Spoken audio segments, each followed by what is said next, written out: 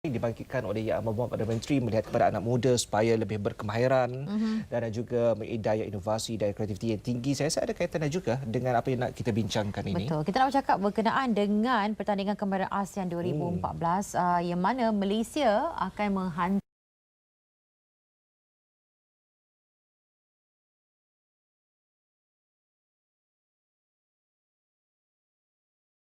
yang akan ke Hanoi, Vietnam. Wow. Dan siapa yang menang di sana pula akan berada di pentas dunia pula. Baik, itu kedua itu cerita.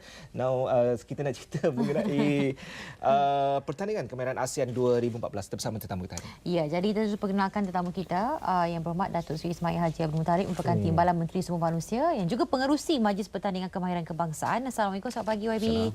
Ya, dan juga Dr. Galib Spahat merupakan Timbalan Pengarah Bahagian Pemantauan Projek Jabatan Pembangunan Kemahiran Kementerian Sumber Manusia. Assalamualaikum, selamat pagi. Assalamualaikum. Ya. Baik, kita nak tanya kepada ketuanya terlebih dahululah. Datuk Sri sendiri selaku pengerusi Majlis Pertandingan Kemahiran Kebangsaan, kita dia dah tahu kita akan menyertai ASC, itu istilah ya Tok pada bulan Oktober di Hanoi, Vietnam. Jadi mungkin sebagai pengenalan awal kita nak faham juga, nak kenal juga ASEAN Skill Competition itu apa dan juga bidang yang kita akan sertai dalam pertandingan itu, Datuk Sri. ASC ataupun ASEAN Skill Competition adalah pertandingan kemahiran yang dianjurkan setiap 2 tahun sekali. Secara bergilir-gilir di antara negara-negara ASEAN. Kita ada 10 negara ASEAN di rantau ini. Yang mana matlamat ini yang pertama untuk menggerakkan hubungan antara negara ASEAN ini sendiri. Serantau. Dan yang kedua sudah itulah untuk negara ASEAN ini, berusaha termasuk negara kita, membangunkan belia-belia di negara ini dalam bidang kemahiran. Supaya mereka ini mencapai tahap pekerja mahir yang bertaraf antarabangsa. Jadi ini matlamat kita. Dan pada tahun ini itu pertandingan kemahiran ke-10 yang akan kita adakan di Hanoi, Vietnam. Malaysia telah 2 kali menjadi tuan rumah tandingan ASEAN Skill Competition ini. Iaitu yang pertamanya ialah pada tahun 2008 dan yang kedua 95. 95. Yang pertama 95 dan yang kedua 2008.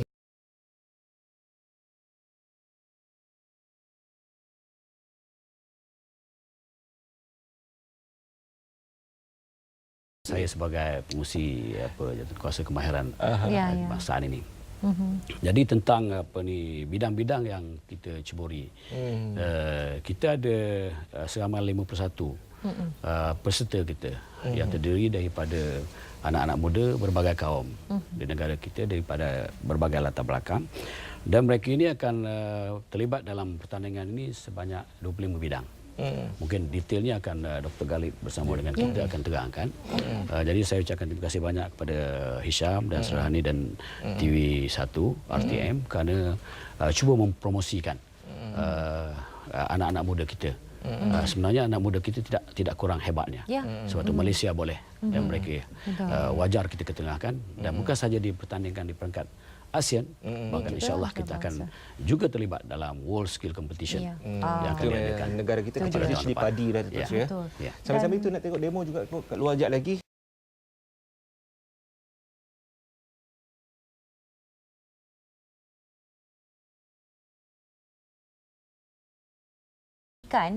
Di ASC ini kita dapat membawa balik pingat emas. Jadi apakah antara strategi yang telah pun diusahakan setakat ini untuk memastikan kita dapat membawa pulang pingat tersebut? Pepatah Melayu kata pemuda ni tiang negara. Jadi kalau kita nak maju kawasan 2020, Datuk Seri kata kita kena bangunkan pemuda kita, remaja kita. Dan kita dah tapis mereka ni di peringkat nasional lagi. Ada pertandingan. Kita ada buat di Maib, Serdang secara besar-besaran. Dan mereka yang berjaya di sini kita kumpulkan dan kita kenal pasti dan kita pilih mereka di antara yang terbaik. Best among the best di negara kita, remaja-remaja yang terbaik dalam bidang otomotif, dalam bidang IT, dalam bidang ini merupakan antara ya doktor. Ini robotik. Okey, robotik. Ini robotik. Maknanya dia kena design dan dia kena siapkan projek, dia kena langgar projek itu dan kena masukkan dalam bekas yang disediakan lah. Jadi ada dia punya technical description yang disediakan, deskripsi teknikal dia, dan dia kena patuh dan dia kena siapkan latihan tu.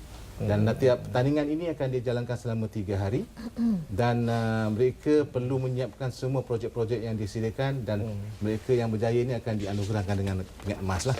Jadi kita pilih mereka di antara yang terbaik, kita beri mereka latihan oleh jurulatih terbaik, kita sediakan tempat latihan yang terbaik dan kita tanggung semua perbelanjaan mereka ni sebagai anak emas yang ditatang bagai menatang minyak yang penuh supaya mengharumkan nama negara dan membawa balik pingat emas, mengibarkan jalur gemilang di persada antarabangsa dan akhirnya mereka ni akan menjadi frontline, orang depan yang akan memajukan kita dalam bidang industri kita dan akhirnya kita mencapai wawasan 20. Pencapaian kita sebelum ini, bagaimana kalau kita lihat pelibatan kita dalam pertandingan ini dan juga sasaran, bagaimana pula doktor? Di peringkat ASEAN kita tak ada masalah. Kita biasa menang pingat emas. Alhamdulillah. Kita pingat gangsa, pingat perak dan ada juga gulungan yang mendapat dipanggil Medallion for Excellence ni, mereka yang achieve, yang mencapai tahap kemahiran tinggi ni, tak ada masalah. Cuma bila kita nak menapak satu langkah lagi iaitu di peringkat dunia. Peringkat dunia kita panggil Olimpik lah. Macam Lee Chong Wei, Datuk Nicole David. Itu level dia. Tapi dalam bidang kemahiran. Yang tu kita akan cuba untuk dapatkan pingat di persada antarabangsa. Ini bahagian yang lain pula ya, bidang beautician. Ini beautician. Jadi itu memang peserta negara tu yang sedang membuat kerja tu dan model tu pun model yang sebenarnya hidup. Jadi dia kena membuat tugasan yang telah disediakan dengan tempoh masa yang diberikan selama 3 hari dan mereka akan dinilai yang oleh semua pakar-pakar daripada 10 negara ASEAN dan setiap negara akan menghantar 2 orang wakil. Jadi kita ada 2 orang wakil kat situ dan itu adalah wakil dalam bidang ini peserta daripada kolej swasta.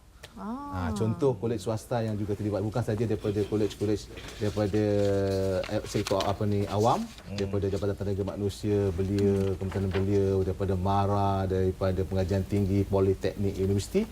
Ada juga peserta-peserta yang daripada kolej-kolej swasta yang kita ambil yang telah menunjukkan kompetensi yang tinggi di peringkat kebangsaan yang lalu. Dari segi aspek penilaian, pemakahan tu macam mana diberikan? Sebab saya rasa melihat kepada skill-skill yang mereka tunjukkan ini, mungkin kita lihat secara amnya lebih kurang sama. Tapi apa penilaian yang nampak macam susah untuk menilai Jadi dia ada dua faktor di situ, 2 bahagian. Satu dipanggil objective marking, yang very objektif. Maksudnya you can do it or not. Kalau you boleh buat, you dapat 1, you tak boleh buat, you dapat 0. Satu lagi subjective marking. Subjective marking contoh macam kita tengok sekarang ni, dia punya facial sama ada facial yang dibuat tu proper atau tidak, mengikut prosedur. Jadi setiap lenggok tangan, setiap gerakan dia tu semua ada markah. Dia masa buat kerja, even dia tak boleh tengok jam dinding pun. Maknanya mata dia kena tumpu kepada tempat kerja. Jadi cara penilaian tu akan diberi mengikut apa yang dijalankan oleh peserta tadi dan peserta ni akan dinilai mengikut sub-kriteria yang telah disediakan. Ini betul-betul fokus di tahap yang optimum. Very detail. Jadi saya rasa bila dia nyatakan, doktor tadi dah nyatakan ditantang dengan penuh kasih sayang dan kita lihat sendiri nampak di wajah-wajah mereka itu sangat fokus dan mereka sangat mahu untuk memenangi sesuatu, bukan saja untuk diri mereka tetapi juga nak bawa jalur gemilang itu sendiri. Saya rasa pihak Kementerian sendiri memandang perkara ini sebagai satu perkara yang besar. Mereka orang muda tetapi satu masa mereka akan berada di barisan hadapan membantu satu sektor dalam negara kita. Komen sebab itulah kita ucapkan terima kasih banyak pada Yang Berhormat Perdana Menteri Datuk Seri Najib kerana berikan fokus dan perhatian pada golongan muda. Golongan muda hari adalah besok, hari besok untuk negara kita. Kerajaan telah mensasarkan 33% pekerja mahir pada tahun 2015. Dan 50% pada tahun 2020 di mana negara kita mencapai negara maju berpendapatan tinggi. Sebab itulah kita juga nak memberikan kesedaran kepada masyarakat. Ini antara bagaimana hasrat kita kementerian dan juga kerajaan supaya masyarakat kita tidak lagi berpegang pada pencapaian akademik semata-mata. Sebenarnya kejayaan hidup kita ni juga terletak kepada kejayaan lain, bukan pencapaian akademik tetapi pencapaian kita dalam bidang teknologi, vocational dan sebagainya. Dan ini satu persaingan yang cukup hebat di peringkat antarabangsa. Jadi inilah yang nak kita ketengahkan dan kita nak lihat dan menguji bagaimana kemampuan, kebolehan dan kekuatan anak muda kita. Saya cukup bangga kerana di ASEAN Skill Competition ini sebanyak 25 bidang akan melibatkan seluruh anak-anak muda kita. Mereka akan campuri 25 bidang dengan seramai 51 orang peserta. Tetapi kalau kita melihat di peringkat antarabangsa, World Ski Competition, kita masih lagi ada di ruang-ruang yang perlu dipenuhi. Umpamanya pada tahun lepas, 2013, kita pergi ke Jerman, kita memasuki 14 bidang yang kita rasa boleh bersaing di peringkat antarabangsa. Sedangkan di peringkat antarabangsa 54 bidang dipertandingkan. Maknanya masih ada ruang untuk kita ke depan. Kalau kita ingin mengejar sebagai buah negara maju, maka penglibatan, kesedaran perlu kita beri kepada anak-anak muda kita. Saya rasa kerajaan. Jadi ini merupakan permulaan yang baik juga. That's why bila mereka yang berjaya di sini besok, kita akan bawa mereka. Mereka yang mencapai peringkat emas, peringkat perak, kita akan bawa ke peringkat World Skill Competition yang kita adakan di Sao Paulo tahun depan. Baik, sebelum mereka melangkah ke world di peringkat dunia ini kan, jadi apa pula yang disediakan oleh mereka untuk mereka selepas AS ni? Selepas peringkat penghargaan ASEAN. mungkin inisiatif untuk mereka. Yang pertama, kita memberikan maruah ataupun imej yang cukup baik kepada mereka. Mereka berjaya di peringkat ASEAN, kita akan bawa mereka ke peringkat antarabangsa. World Ski Competition yang kita adakan di Sao Paulo pada tahun depan, bulan 8. Dan bagi mereka yang cemerlang di peringkat Asia ASC ini, bagi mereka yang mendapat peringkat emas, mereka akan dapat ganjaran daripada kerajaan sebanyak 14,000. 14,000. Bagi perak mereka dapat 10,000 dan bagi gangsa mereka akan dapat 5,000. Pada saya nilai wang ni bukan jadi nilai utama dan mereka pun tidak mengejar wang sebenarnya, tapi mereka nak membawa imej negara.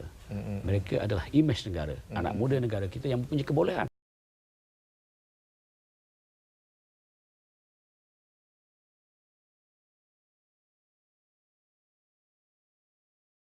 Akan dilanjutkan selesai mereka memenangi ataupun mereka berada di satu tahap, di tahap ASEAN, tahap dunia. Apa tindakan susulan kalau mereka melihat pada rekod sebelum ini?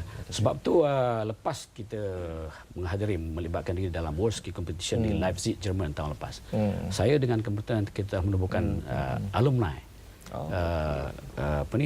peserta-peserta kemahiran ini di peringkat ASEAN dan juga antarabangsa. Kita akan monitor mereka ni dan hari ini kita telah mengumpulkan pakar-pakar kita ni, peserta-peserta ini, dan mereka telah bersama dengan kita dan kita lihat mereka ini menjalankan perniagaan yang cukup berjaya. Sehingga ada sebahagian daripada mereka yang telah menjadi timbalan dekan di sebuah universiti dalam bidang yang dulunya mereka libatkan diri. Jadi ini satu kebanggaan seperti itu. Dan ini harus kita ketengahkan. Sebab itulah bagi ibu bapa dan masyarakat di luar bandar, pandanglah ke depan. Lihatlah ruang yang cukup besar bagi kita membawa anak-anak muda kita, anak-anak kita sendiri ke bidang yang kemahiran dan vocational ni. Baik, dan kalau disebut tadi kita ada 25 bidang.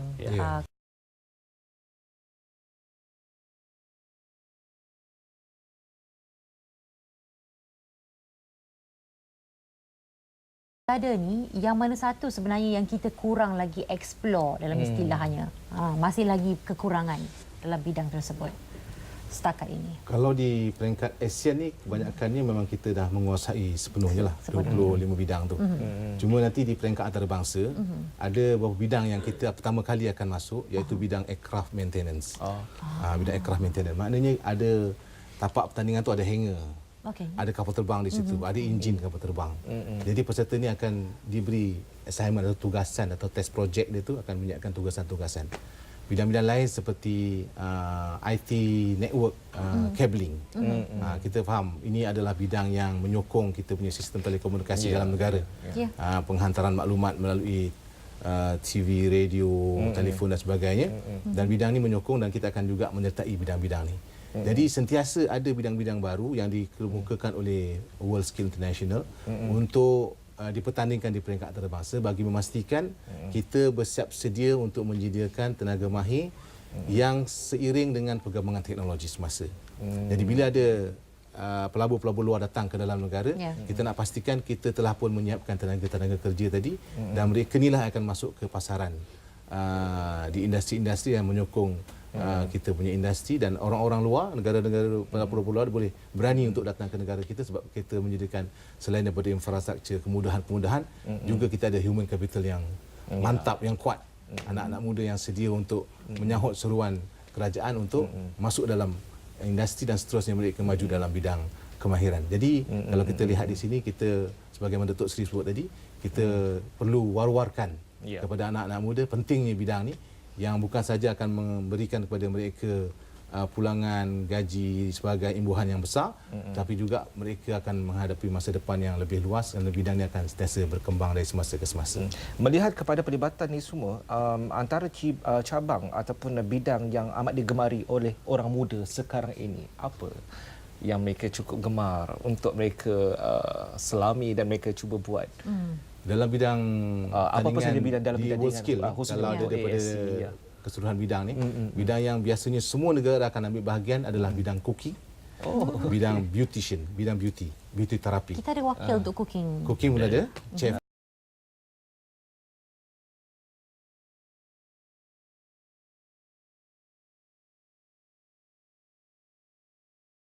Serta tu di peringkat antarabangsa telah pun menyerlah daripada Taylor College, Taylor University, dan di pertandingan antarabangsa biasa memenangi pertandingan-pertandingan. Jadi bila kita dah expose, sudah dedahkan mereka di peringkat antarabangsa ni, mereka akan jadi orang yang mahir, berani dan boleh ke depan, boleh diketengahkan. Ya. Baik. Dan Datuk Seri, kita tadi Datuk Seri menyebut tentang alumni kan, maknanya itu memberi maksud bahawasanya kementerian sentiasa akan beri tumpuan kepada mereka walaupun mereka dah jauh tidak lagi menyertai, maknanya terus berterusan. Ini satu program berterusan. Kita nak pastikan supaya setelah kita invest melabur, ibu bapa mereka melabur, kita berikan dia latihan kemahiran, dan mereka pun telah mahir. Jadi kita tak nak kemahiran itu hilang begitu saja. Sebab itulah walaupun mereka telah menceburkan diri dalam perniagaan yang mereka terlibat, tetapi kita nak melihat supaya kementerian, kerajaan juga membantu mereka untuk teruskan peningkatannya dari segi kemahiran ini. Sebab itulah saya lihat di negara kita, bidang-bidang yang mungkin kita boleh nampak, boleh kita explore lagi. Umpamanya landscape, seni taman. Kita banyak, kemahiran adalah satu pusat bunga-bunga dan sebagainya. Tetapi mana pakar kita? Bidang penyelenggaraan aircraft. Apabila berlaku insiden MH370, MH17, lahir pakar-pakar kapal terbang ni, aircraft di negara kita, pilot yang juga pengalaman. Yang ini adalah orang yang boleh kita gunakan untuk melatih anak-anak muda kita. Sebab tu tahun ini kita akan terlibat semua dalam aircraft maintenance ini, insya-Allah.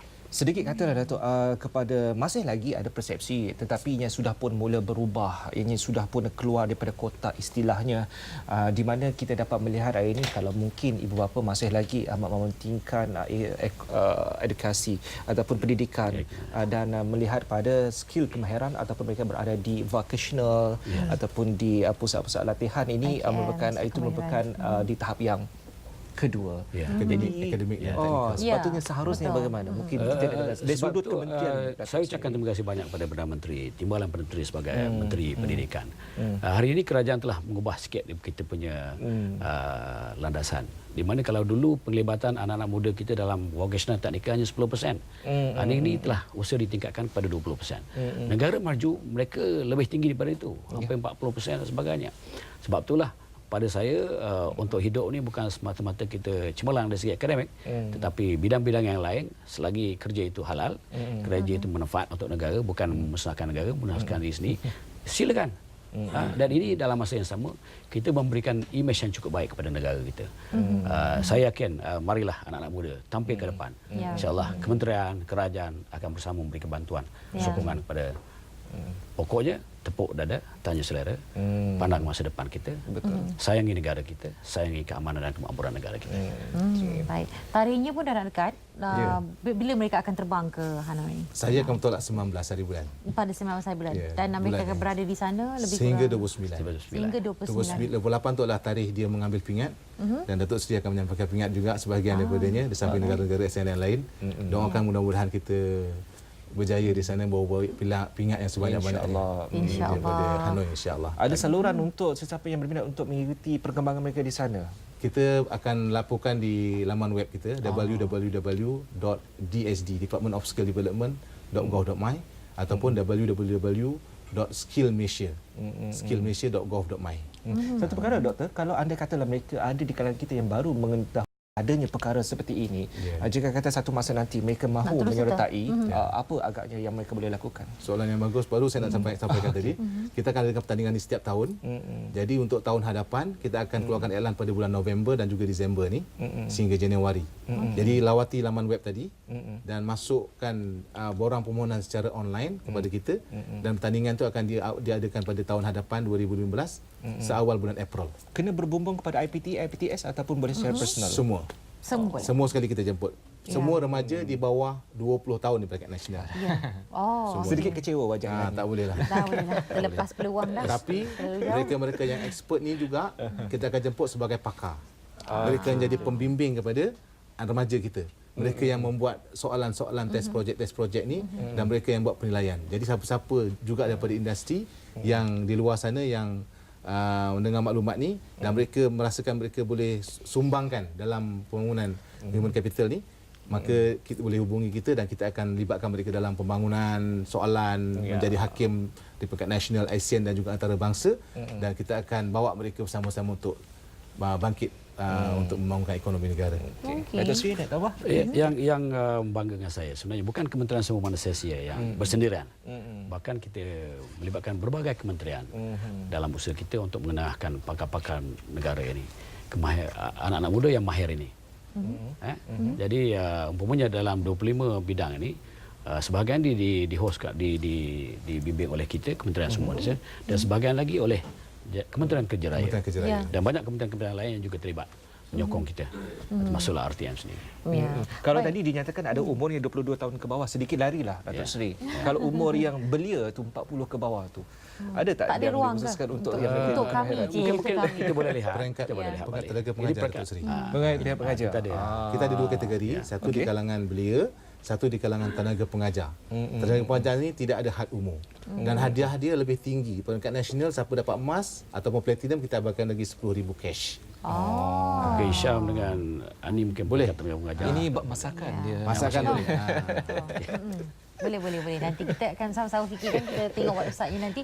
Tapi kalau kita beri tumpuan kembali kepada pentas di luar sana, sebenarnya boleh kita tengok kembali tak apa yang ada di luar sana? Kalau kita boleh sebut antara nama-nama peserta tu, sementara masa ruang yang ada ni, ini di bawah beauty therapy, betul Ya, beauty therapy. Peserta-peserta kita antaranya lah yang akan terbang ke Hanoi nanti. Okey, kemarin kita lihat nampak macam mudah, tapi sebenarnya ada banyak ruang. Beauty therapy adalah Chua Ziyin dan juga Sherin Tan Suwi. Model ni kiranya membawa diri saja untuk dihias lah kiranya, ya, model-model ni. Dia yang akan menghias. Model ni akan disediakan oleh negara host country. Jadi dia tak tahu sama ada orang tu lebar ke kecil ke panjang ke lonjong, tak tahu. Jadi itu akan memang menguji keterampilan mereka lah, kompetensi mereka. Kalau yang kedua, apa yang tadi kita dah dapat saksikan robotik tadi. Kalau robotik itu tadi, siapa yang turut serta? Mobile robotik terdiri daripada Muhammad Ziad Fattah bin Kamaruzaman daripada Malaysian France Institute dan juga Amirul Hafizan bin Zainal juga daripada MFI lah. Ini apa sebenarnya? Ini bidang mobile robotik. Itu dia ada track dia akan sediakan track dan robot tu kena kesan track yang disediakan dan kena menolakkan objek yang warna merah tu ke dalam bekas yang disediakan di pelbagai tempat. Kita nak tengok wakil anak muda nak tampak robot itu, dia nak tengok wajah. Nak tengok wajah dia. Macam kena tunjukkan kalau wajah. boleh lah. Kalau boleh kita Ziad dengan Hafizan. Ziad dengan Hafizan. Dari mana? Daripada MFI. MFI. UniKL. Oh, daripada UniKL. Ya, UniKL ya. Okey. Dan ada lagi yang tadi yang saya nampak buat rambut tu. ada rekaan tadi kan, ada dari segi fashion. Ya, saya. Fashion adalah Mimi Faizura binti Samsudin daripada Giat Mara Saratok dan juga Wirawati binti Razali daripada Giat Mara Titi Wangsa. Oh, daripada Sarawak pun ada? Ada daripada Sabah. Ada juga wakil daripada kampung saya, Datuk Sri. Ya. Okey. Dan begitu juga Yang tadi bidang kita hair lihat, tadi kan, bidang rambut tadi Amirul Firham Cik Amran dengan Nur Sazwani Amirah binti Sumali. Firhan tadi daripada IKBN Pertak, Wani daripada Inspan International College. Ini kolej swasta lah. Itulah dengar tadi IKBN daripada kolej-kolej ni. Saya rasa ini merupakan satu dedahan dan juga ibaratnya satu pengiktirafan yang besar kepada mereka yang dia katakan biasa-biasa, tapi sebenarnya mereka itu lagilah berpotensi. Komen sikit Datuk Sri pada mereka. Sebab itulah kita melibatkan berbagai-bagai pihak. Seperti saya sebutkan tadi, berbagai kementerian terlibat. Macam umpamanya Kementerian Majuan Luar Bandar dan Wilayah. Betul. Kita ada MARA, Giat Mara dan sebagainya. Dan mereka ni terlibat. Sebab itulah saya nampak dan Giat Mara ni berada di mana-mana pun. Kampung pun. Itulah Institut Latihan Pendasarian kita. Jadi bagi saya tidak ada sebab kenapa ibu bapa anak muda tidak boleh merebut peluang ini. Betul. Dan inilah cara untuk kita bukan saja membantu diri kita, membantu keluarga, bahkan membantu negara untuk kita mencapai tahap negara maju pada 2020. Tidak semua mampu buat apa yang mereka buat tadi. Bertangan tentang kemahiran. Psikomotor dia dengan gabungan kognitif keupayaan berfikir dan value sikap dia. Dia kena ada attitude yang baik, punctuality, teamwork. Baru saya nak sebut tadi doktor, selain daripada kemahiran itu, adakah pihak doktor juga memantau dari segi moralnya mereka? Kita buat motivasi 2 kali.